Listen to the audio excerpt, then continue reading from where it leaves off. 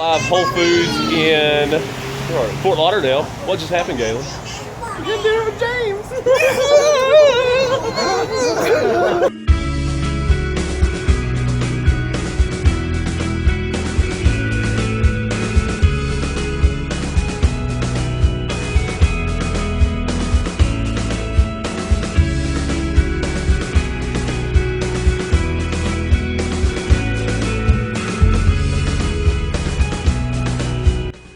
All right, guys, first up in our James Fitzgerald and Sharon pre-interview, we talk about beginner training and what he recommends, as well as us, mostly because we've learned from him, as beginner/intermediate training protocols, as well as the any asshole workout and just beating people up, which is more beneficial in the long term. But hope you enjoy. Leave a like, comment, subscribe, and we'll talk to you soon.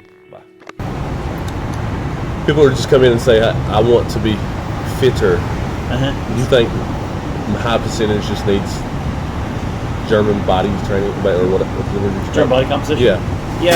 I think in the end, if we were to squeeze it down to a simple prescription, it's single arm, single leg core structural activities that basically make them have a metabolic event, but they're taxing their CNS enough that progresses them forward in muscle endurance and maybe some easy aerobic stuff. Yeah. Easy aerobic stuff should be done as homework, and the structure and the coaching and design should be in the weightlifting because it's complex. Because people don't know where their arm is. They're like here, no, over here. So that should be coached, and that's what they should do. And then they should learn how to do that by themselves. So they need to learn how to come in, do that 3 times a week with these back and forth pieces. Because it's easy. They're not going to get hurt. Simple to prescribe. Just put your elbow here, put your foot here. Do this many times. You don't have to. That's effective stuff, but that's not sexy. But now that you know with your tools, it's like, well, what do you want to do? Do you want to lose fat for the next 25 years, or do you want me to kick the shit out of you for 3 months until you break? So what do you want? And some people will choose the 3 months. They go, okay, well that's cool. It's going to cost you $800 a month. That's your answer. Yeah. Because anyone can do it. So for the value I'm going to provide, kick the shit out of you for 3 months, it's going to cost different than people who are going to stay with me for 20 years, right?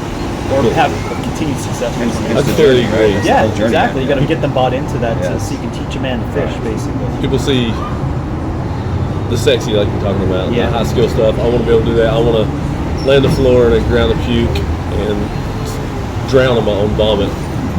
But I really just don't want to do any Bulgarian split squats. That sucks. That's boring. So we see a lot of that. Yep. You got to try to find the middle road, I think. Yeah. And there's a lot to be said around, creativity in the structural work that can still give a metabolic response that kind of looks like CrossFit. Yeah.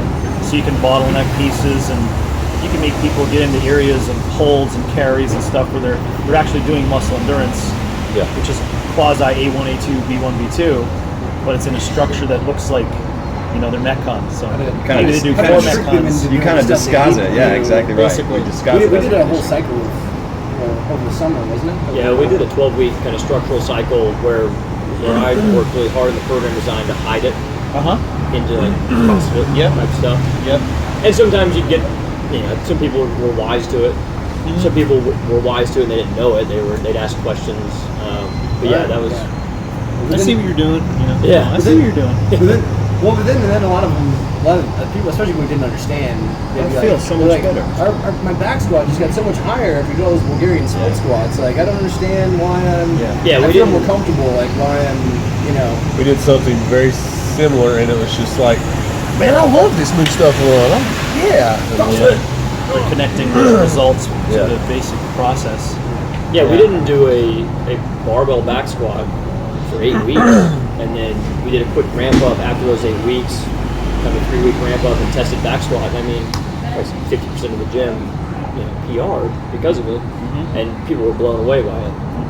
And then using that to kind of reestablish that we are the experts. Like, this to trust. us. Without doing it. You conceited.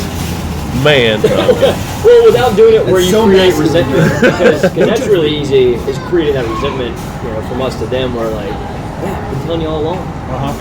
It's hard not to say that, it's right? It's a balance, it's a balance. That's the challenge is to not puff your chest up a little larger but maintain trust at the same time. Yeah, that's the playbook that someone has to write. That's the it coaching could be thing you're OPEX talking about, playbook. right? Yeah, That someone comes with has experience. someone has to get that. Well, I think long term, I think the playbook has to be written where coaches get this opportunity to, have people come in and not pre-qualify what's on the door, because that's what causes years of just churn and work, right? Because what we're talking about is trickery and working around an issue of what their expectations are. So right from the get-go, the culture is just it's so much work to change culture, right, and to change education. And so over time, the playbook is going to have to look different. So we're all involved in that. It's going to be a part of it, but you guys have just done an eloquent job. But imagine people who want to continue to do it, or imagine if that gets even more saturated over time, you're going to have something inside that says, this is what we do. And so you're either in or you're out, that you align things correctly. I know it's very easy for me to say that, but it just won't work long term if that, the entire vertical system is not integrated in belief and culture and what happens. So I understand it. I know it's real though. Yeah, the vision.